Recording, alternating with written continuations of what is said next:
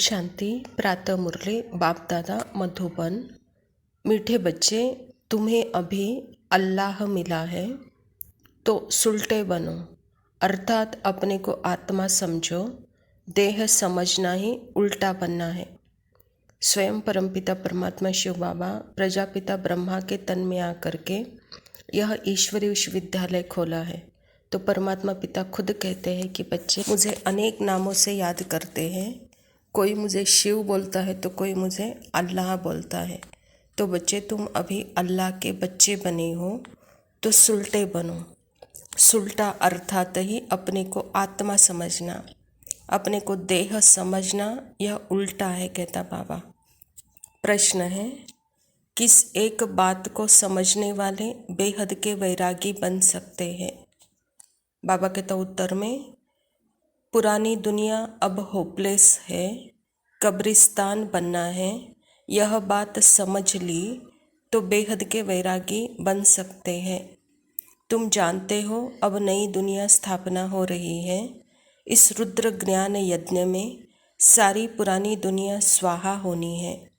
यही एक बात तुम्हें बेहद का वैरागी बना देगी। तुम्हारी दिल इस कब्रिस्तान से निकल गई है। शिव बाबा पिता कहता है कि बच्चे, यह पुरानी दुनिया है, इसका अनुभव आपको भी है, तो यह अभी होपलेस है।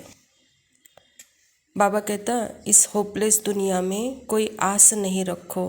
सुख मिले, शांति मिले, वस्तु मिले, वैभव मिले, संपत्ति मिले। बाबा कहता ही नहीं, यह कब्रिस्तान बनने वाली है, इसीलिए इस दुनिया से बेहद के वैरागी बनो।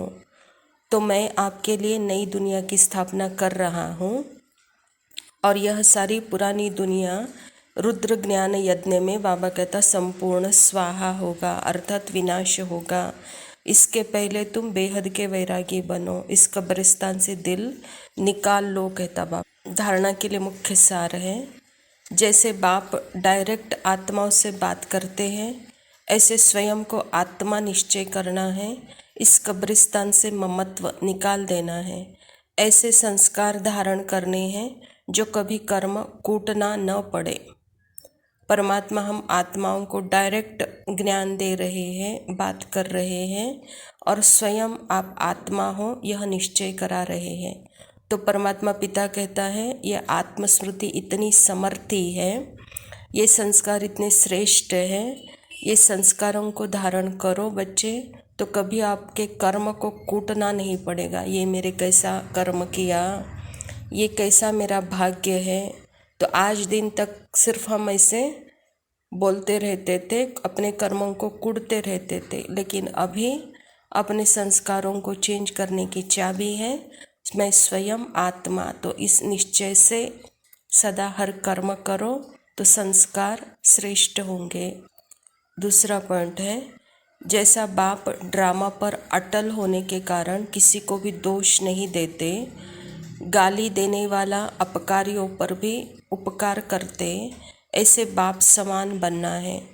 इस ड्रामा में किसी का दोष नहीं, यह एक्यूरेट बना हुआ है। परमात्मा पिता हम बच्चों को तीसरा पाठ अर्थात ड्रामा का पाठ भी पक्का करा रहे हैं। बच्चे आप आत्माएं इस ड्रामा पार्ट में आए हो।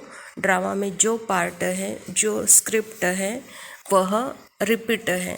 तो यहाँ किसी का भी दोष नहीं है। कोई आपको गाली भी देता है तो भी बाबा कहता उस अपकारी पर भी उपकार करो कहता बाबा, क्योंकि यह नाटक वरदान है। हर कदम में वरदाता से वरदान प्राप्त कर मेहनत से मुक्त रहने वाले अधिकारी आत्मा भव। बाबा कहता जो है ही वरदाता के बच्चे, उन्हों को हर कदम में वरदाता से वरदान स्वतः ही मिलते हैं। वरदान ही उनकी पालना है, वरदानों की पालना से ही पलते हैं। बिना मेहनत के इतनी श्रेष्ठ प्राप्ति होना, इसे ही वरदान कहा जाता है। जो जन्म जन्म प्राप्ति के अधिकारी बन गए, हर कदम में वरदाता का वरदान मिल रहा है और सदा ही मिलता रहेगा। अधिकारी आत्मा के लिए दृष्टि से, बोल से, संबंध से वरदान ही वरदान है। जो परमात्मा को पहचानता है, परमात्मा पिता को अपना बाप समझता है, अपना शिक्षक गुरु समझता है, ऐसे बच्चे वरदाता के वरदानों से पल रहे हैं। तो बाबा कहता उनकी पालना वरदानों से हो रही है। उन्हें बिना मेहनत ही सर्वश्रेष्ठ प्राप्तियां होती है इस वरदानों से। तो जन्म जन्मांतर के प्राप्तियों के वह अधिकारी बन जाते हैं। बाबा कहता अधिकारी आत्मा के दृष्टि से, बोल से, संबंध से वरदान ही वरदान है, कहता है बाबा। स्लोगन है, समय की रफ्तार प्रमाण पुरुषार्थ की रफ्तार भी तीव्र करो। अच्छा मीठे मीठे सिकिलदे बच्चों प्रति माता पिता बाप दादा का याद प्यार और गुड मॉर्निंग। रूहानी बाप की रूहानी बच्चों को नमस्ते।